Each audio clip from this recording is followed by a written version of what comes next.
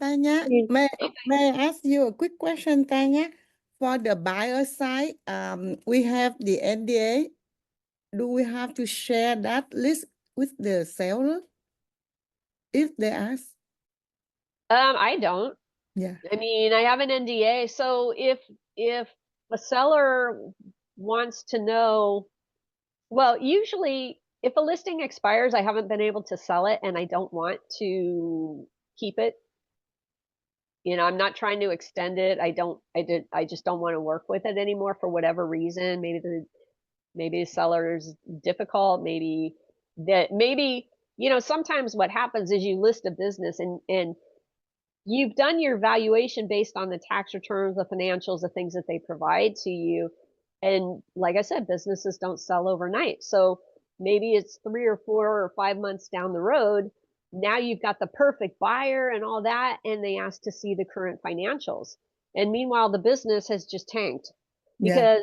because the seller is like, oh, I listed the business, so I can mentally check out now. I don't have to operate. And so No. now you've got a buyer that's not going to pay what the seller wants because the business is declining and the buyer doesn't know whether or not it's bottomed out. And so you've got this, you know, this impasse.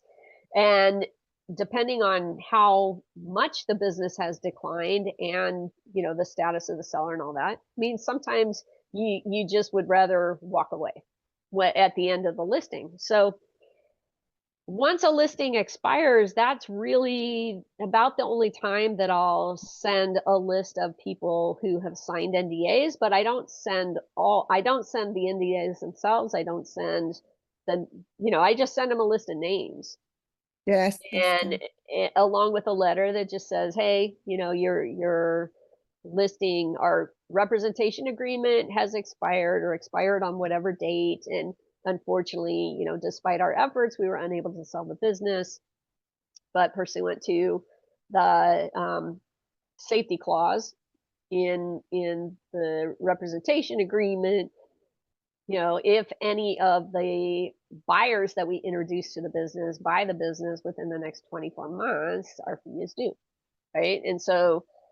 And then you attach a list of all the people that had signed NDAs that you provided information about the business.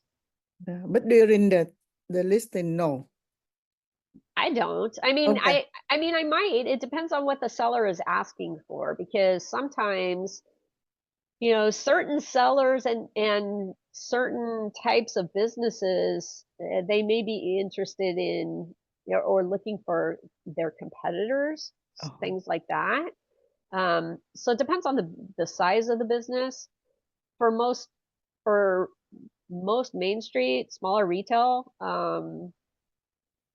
yeah, I don't send the list until after the listing has expired. And then Thank you. sometimes I still don't send it, you know, it depends on if I want to continue to be involved at all. Yeah. But we don't have obligation to that, right? Yeah. No, you don't. I mean, Thank your obligation as part of your process is to to get the NDAs signed, but you know, thank you. past that, you're not required to turn over those names and contacts, right? So Yes. if a seller wants the name, the phone number, and the email address, all the people who have signed NDAs, it's just like, yeah, you know, that's not something we release typically. Thank you, Tanya. Thank you. Yeah.